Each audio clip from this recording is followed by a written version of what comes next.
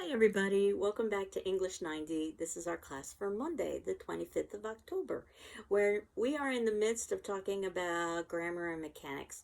So, we talked a little bit about the three most common sentence level errors: the sentence fragment, which is an incomplete sentence that does not express a complete thought, so it's missing something. Or you could have a run on where you are joining together two complete sentences, but you aren't putting dividing punctuation between them. The dividing punctuation should be a period. Or you have something called a comma splice, which is very similar to a run on. But what you are doing is that you are using a comma to separate two complete sentences. But the comma cannot separate two complete sentences. The period can separate two complete sentences. So the easiest way to correct it is just to substitute that comma for a period. However, if you were to use the comma and then what's known as a connecting word or coordinating conjunction, then you wouldn't be considered to have two complete sentences. Words like but, or, yet, so, for, and, nor. And I gave you a mnemonic technique for remembering that. Boys fan. The B stands for but, the O stands for or, the Y stands for yet, the S stands for so, the F stands for, the O stands for or, and the N stands for nor. So you can use one of those connecting words after a comma. You could also use a piece of punctuation called a semicolon, which is sort of in the in-between place of a comma. It's stronger than a comma. It's a longer pause. But it's not a hard pause or a hard stop in the way that you would get with a period. I think of it almost like a yield sign when you're driving. It's not quite the stop sign, so to speak, of the period. And you can use the semicolon to separate two complete sentences if they are very closely related to one another and you want to show that connection. Again, it's used sparingly, but it's a very powerful piece of punctuation, which gets us right into the midst of punctuation. And when it comes to punctuation, probably there is no piece of punctuation that leads to more angst than the comma, which is what I wanted to talk about today. This is on page 589 to 595. And basically, the comma is a pause. And we tend to pause naturally in our speech. And usually, in the places in which we pause, that's where a comma is necessary. So you can actually train your ear by listening to yourself and perhaps more easily listening to others, because when you're listening to yourself, you might be self conscious, to hear when they are pausing, and that's where you would put a comma. And to this day, I can hear where the comma is supposed to go. And that's how I usually determine where the comma is. However, there are rules also associated for comma usage. So I can go back and use one of those rules. And those were the rules that I wanted to talk about today, just so that you're aware of them. And honestly, unless you're going to become an English teacher, there really isn't any reason for you to have to know the rules if you intuitively know where to put a comma. But if you don't intuitively know where to put a comma, you might want to refer back to one of the rules. Basically, there are 6 rules for when you use a comma, and you can see this in the notes below. The first is when you are listing 3 or more items. So if you are listing multiple things, you use a comma to separate those items. Not if you've got just one item, not if you've got just 2 items, because the word and, for instance, can separate 2 items. It's if you've got 3 or more items that you use commas to separate them. So, and there's some examples below. So the first example I've given you, where you're listing just one item, there's no comma. Tom bought bread. Bread is one thing, no need for a comma. Or if we're listing 2 things, Tom bought bread and organic butter. Those are 2 separate items. Now, I used organic butter as an example to illustrate that it doesn't matter how many words you're using. What matters are the number of items that you're listing. So in this instance, we have 2 words, true, organic butter, but it's one item. It's butter, and the descriptor is that it happens to be organic. So there's no comma here. Bread and butter are 2 items. Or bread and organic butter, I should say, are 2 items. So when you would use the comma is when you've got 3 or more to separate them. Tom bought bread comma, organic butter, comma, and milk. So now we've got three or more commas. Or three or more items, and that's what we would use the comma. We use a comma between bread and organic butter. And again, we think of organic butter as one entity, even though it's two words. Now the last comma before the and it could be that you're listing 3 items or 300 items. That last comma is considered optional, which means that it's correct if you use it and correct if you don't. I always use it. I recommend that you always use it. I had somebody, a colleague of mine, indicate that without the comma before the and, it almost appears like those two items are sort of connected to one another, and that's not necessarily the case. So in this instance, organic butter and milk, almost as if they were cellophaning together, as if they were one item, and they're not. So I always put the comma right before the last item, before the and whatever the last item is. But again, it's considered to be correct both ways. And that's the first rule, to separate 3 or more items in a series. The second rule, this one's a little bit more complex, is to set off an introductory word or words in a sentence that could be deleted and you would be left with a complete sentence. So this is basically a descriptor that could be omitted from the complete sentence itself.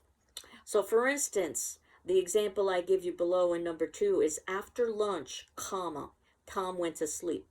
And the introductory words after lunch can be deleted. So basically, if we deleted those, we would still have a complete sentence. Tom went to sleep.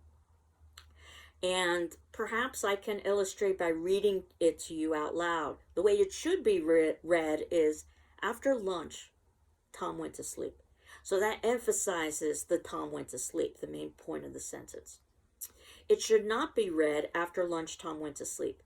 There should be a pause between after lunch and then the main point, the sentence in its whole. Tom went to sleep. But it doesn't occur the other way around, by the way. Tom went to sleep after lunch. So keep that in mind. It's only with an introductory word or phrase that you use a comma. So that's the second one. The third one is when you are using a word or words not in the beginning of the sentence, but in the middle of the sentence to give additional information. That basically is known as interrupting the flow of thought. And you can delete it and still have a complete sentence. So you'll see this in number 3 below. With the example I gave you, the hallway, dingy and dark, was illuminated by a bare bulb. So basically, the additional information known as the interrupter is dingy and dark. Because if I were to remove that from the sentence, I would still have a complete sentence. The hallway was illuminated by a bare bulb. That's the sentence. But if I'm going to give additional information about the hallway, comma, dingy and dark, comma, was illuminated by a bare bulb. So this is additional information. It could almost be seen as a whisper if you want to think about that. You're just giving information that isn't necessarily needed for the sentence itself, but it helps to give more clarity perhaps, or more information. So in this instance, the correct way to read the sentence would be, the hallway, dingy and dark, was illuminated by a bare bulb. The incorrect way to read this sentence would be, the hallway, dingy and dark, was interrupted by a bare bulb. So basically what you're doing is you're putting a comma before and a comma after that interrupter. So number 4 is something that we've actually talked about already in terms of how to correct comma splices. That you use a comma between 2 complete sentences or 2 complete thoughts connected with a conjunction, one of those boys fan words I was talking about, but, or, yet, so, for, and, nor. And I've given an example of this. Tom went home, comma, but he still had work to do. So we've got 2 complete sentences here. One sentence is Tom went home. The second sentence is he still had work to do. Now I could put a period and have these sentences be basically separated from one another. I could put a semicolon if they're very closely related to one another and I want to show the relationship. Tom went home, semicolon, he still had work to do. Or what I can do, which is the example I have in number 4, is Tom went home, comma, but, so you put a comma and then you add one of your conjunctions. The one that makes the most sense because you've got options and they all have different meanings. But, or, yet, so, for, and, or, nor. But Tom went home, comma, but he still had work to do. So there's contrast here by my using but. Even though he was home, he was still engaged in work. So in some ways you can say that number 1, listing items in a series is not too complex of a rule. Number 2 might be more complex, setting off introductory word or words from the sentence at the beginning of the sentence. Number 3 can be seen as more complex when you've got a word or words in the middle of a sentence that interrupt the flow of that sentence. Number 4, we could argue, is not that complex because we've been talking about it for a couple of classes now, that you use it between 2 complete sentences connected with a conjunction. Number 5 is separating a quote from the rest of the sentence. Now, we haven't talked about quoting yet. We will be talking about quoting before the ending of the semester. But I gave you an example in number 5 below where it says, Tom said, comma, and then quote, I am tired today, unquote. So the quote, I am tired today, is separated from the rest of the sentence, which is Tom said. So it should be Tom said, I am tired today, with a pause in between the sentence and then the actual quote. You shouldn't read it as Tom said, I am tired today. There should be a small pause there. And then number 6 is what is identified in the textbook as odds and ends. So these are just basically something that isn't categorized by any of the other 5 elements that I've discussed. So, and I suspect some of these you're already familiar with. To separate hundreds from thousands when you are writing numerals. So for instance, 42,000, comma, 328. So you're separating the thousands from the hundreds. So it's easier to read the number. The opening of informal letters, we will be talking about formal letters very soon in the context of writing a business letter specifically for employment opportunities. But if you're writing an informal letter and you open your letter with a greeting, as you should, something like, hi, Bill, at the ending of your greeting, there should be a comma, as you can see in the example below. For closings, now this is actually, let me go back to informal letters. This is just for informal letters. When you're writing formal letters like business letters, you don't use a comma, you use a colon, which is what we are going to be talking about next class. But for the closings of letters, whether they happen to be formal letters or not, because you should have a closing to your letter, you use a comma. So something like, sincerely yours, comma, and notice that the first word is capitalized and then any following words in your closing are not. So in sincerely yours, you've got a capital S but a small y. And we also use commas in dates and addresses. So for dates, for instance, March 30th, comma, 2020, you're separating the date from the year. Or when you are writing an address, something like 1 College Drive, comma, Greenfield, comma, Massachusetts, 01301. That's the address for GCC, by the way. And you'll notice that there's a note there. There's no comma between the city and the zip code. So there's no comma between the state, I should say, and the zip code. Massachusetts, 01301. And one could argue that the ideas or suggestions in the 6th point aren't that difficult. So in my mind, I think the 2 most challenging out of the 6 rules for the comma happen to be number 2, words in a sentence that set off the sentence itself through an introduction that can be deleted and still leave a full sentence. Or number 3, words in a sentence that interrupt the flow, interrupt the middle of the sentence that still could be deleted. So I know this is a lot to absorb, so I wanted to keep today's class rather short, so that you could actually rewatch. This is what I recommend you do. This particular video to go through all of the elements of comma. So if you were to watch it twice, I think you would get a good sense of what my suggestions are and the textbook suggestions.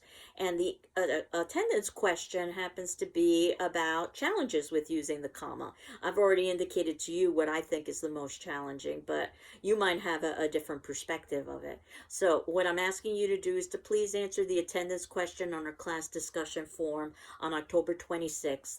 That's Tuesday at 10 a.m. And of course, you can always ask me for an extension. Out of the 6 comma rules that I've reviewed, which do you find to be the most challenging and why? Out of the 6 comma rules I've reviewed, what do you find to be the most challenging and why? Again, I recommend that you watch this video twice because the comma is kind of tricky. That'll put you at a half hour or so of content. And as you know, we will be having a third journal due, and I have that information listed in the notes below, including the link that you can access to reference the information for that third journal. As I am working through grading your first paper, I'll definitely have that done before you have to do your second paper. I'll be introducing that idea shortly to you as well. So I hope you're doing well. I'm doing well, and we will continue on next class. Take care. Bye-bye.